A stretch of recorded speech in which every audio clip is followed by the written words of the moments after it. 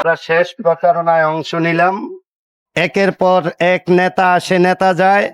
আমি চান্দিনাবাসীর কাছে অনুরোধ করব, 54 বছর অন্যান্যদেরকে ভোট দিয়েছেন, এবার আপনারা আমার উপরে আস্থা রেখে, বিশ্বাস রেখে আমি একটা শান্তির চান্দিনা গড়তে চাই, স্বাস্থ্যসম্মত একটা চান্দিনা গড়তে চাই, গ্রিন এবং ক্লিন একটা চান্দিনা করতে চাই, যেখানে মিথ্যা মামলা থাকবে না, দুর্নীতি থাকবে না, কোনো প্রকারের চাঁদাবাজি থাকবে না।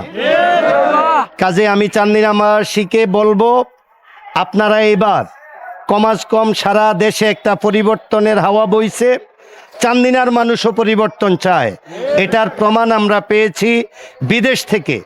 আমাদের অনেক যারা বিদেশে থাকেন প্রবাসীরা আমাদেরকে অনেক ভোট দিয়েছেন, আমার কাছে খবর আছে।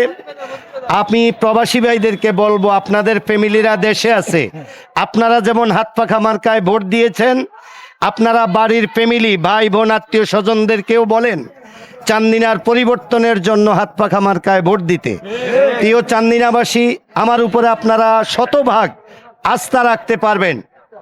যারা আপনারা যাদেরকে অতীতে ভোট দিয়েছেন তারা মসজিদের টাকাও খেয়ে ফেলেছে। মসজিদে যদি 1 লক্ষ টাকা আসে, মসজিদে পেয়েছে 50-60 হাজার টাকা, বাকি কমপক্ষে 40,000 টাকা মসজিদে পায় নাই। কবরস্থানের টাকা পর্যন্ত অতীতের নেতারা খেয়ে ফেলেছে।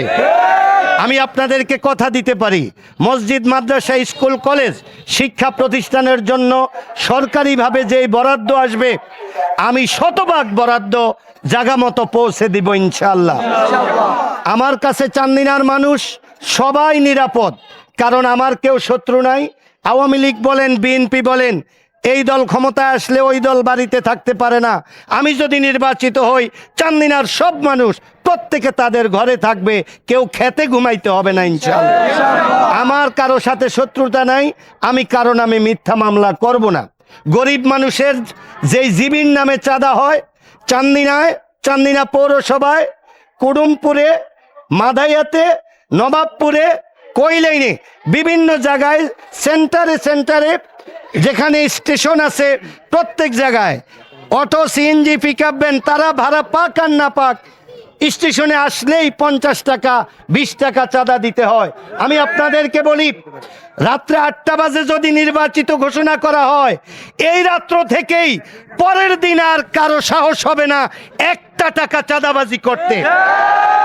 প্রিয় চান্দিনাবাসী, আমার উপরে 100 ভাগ আপনারা আস্থা রাখতে পারেন।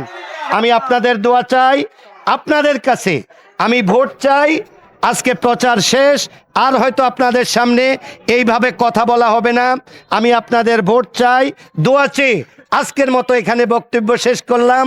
আল্লাহ যদি তৌফিক দেয়, বিজয়ের মালা পরে আবার আপনাদের ঘরে ঘরে যাব ইনশাআল্লাহ।